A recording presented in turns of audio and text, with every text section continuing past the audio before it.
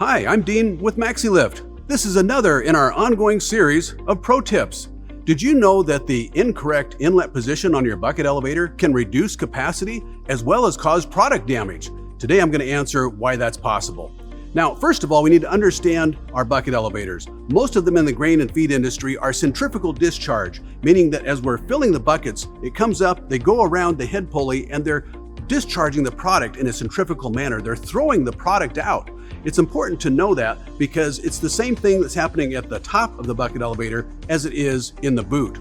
Let me show you a couple of photos. The first photo you're looking at here shows some Tiger Tough buckets like the one that I'm holding, but they're mounted in a bucket elevator in the head section and they're discharging the product. As you can see, the product is being thrown out in a centrifugal discharge pattern. Now, let's take a look at the next photo. You might notice it's the same photo that's just turned upside down. And the reason is because I'm wanting to show that that discharge is happening in the boot as well as in the head section. We have a centrifugal discharge around the head pulley. We have a centrifugal discharge happening in the boot pulley. What that means is that those buckets that are coming off the head pulley are going to complete their discharge once they get level with the shaft of the head pulley. That means that in the boot, they're also going to complete their discharge until they come out level with the center of the shaft in the boot. That means they're ready to receive product in the boot. Prior to that, they're wanting to have product fall in. Now, I'm going to demonstrate here on our model bucket elevator how that works, the centrifugal discharge in the head section and in the boot section. Now, in our model bucket elevator, as you can see, this is a centrifugal discharge style of bucket elevator. In the head section, the product is being thrown out because it's going around the head pulley at a fast enough speed that it causes it to throw it into the discharge. Next, let's look at what's happening in the boot. As you can see, product is being thrown out of the buckets as well in the boot area. Now, the boot section of this model bucket elevator isn't exactly the design of what you would have in your facility, but the concept is the same. So I want you to make sure and keep that in mind. Product is being thrown out in the boot just as it is in the head. Let's move on to a couple of other photos because I was doing this presentation for a customer and had millwright managers and feed mill managers and construction workers in there. And one of the fellows said, I think in our facility we have this very same problem you're talking about. We've got product not being able to get into the boot. And so I went into their facility and took a look, and this is what I found.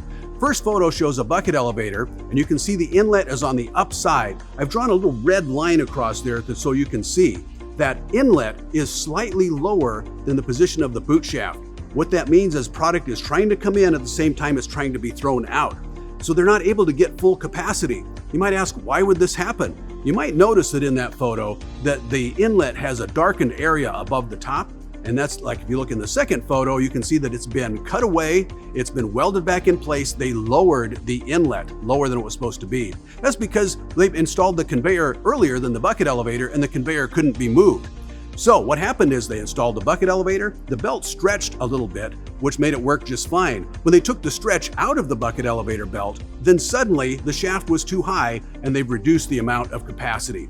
Now the last photo shows the take-up area, and as you can see, they've effectively lost 5 inches of their take-up if they ever want to get full capacity with this bucket elevator again.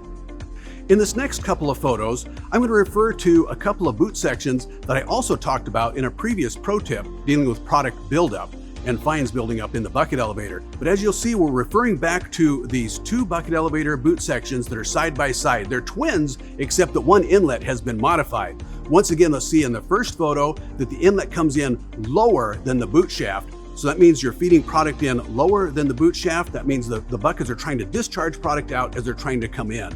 The other photo shows the correct inlet position on its twin bucket elevator where it's feeding on the upside and the inlet is higher. So you're not having that problem. So once again, in this situation, they had a problem with pellets coming in, they're getting broken, they're creating fines, and those fines are sticking everywhere. So it's really a problem there, causing product damage, but also reducing capacity.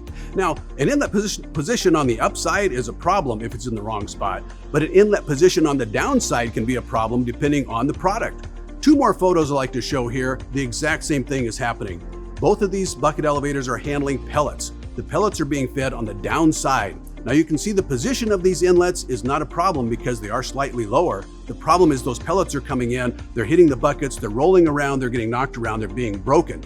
So these pellets have come in from the pellet making machine through the cooler. They're in great condition, but they come into that boot and they get damaged. So you're causing product damage. That's why I say that the inlet position not only can reduce capacity, but can cause product damage. If you have questions about your bucket elevator and how to feed it properly, contact Maxi-Lift. For all of us at Maxi-Lift, I'm Dean Wedekind. This has been Pro Tips. Thanks for watching.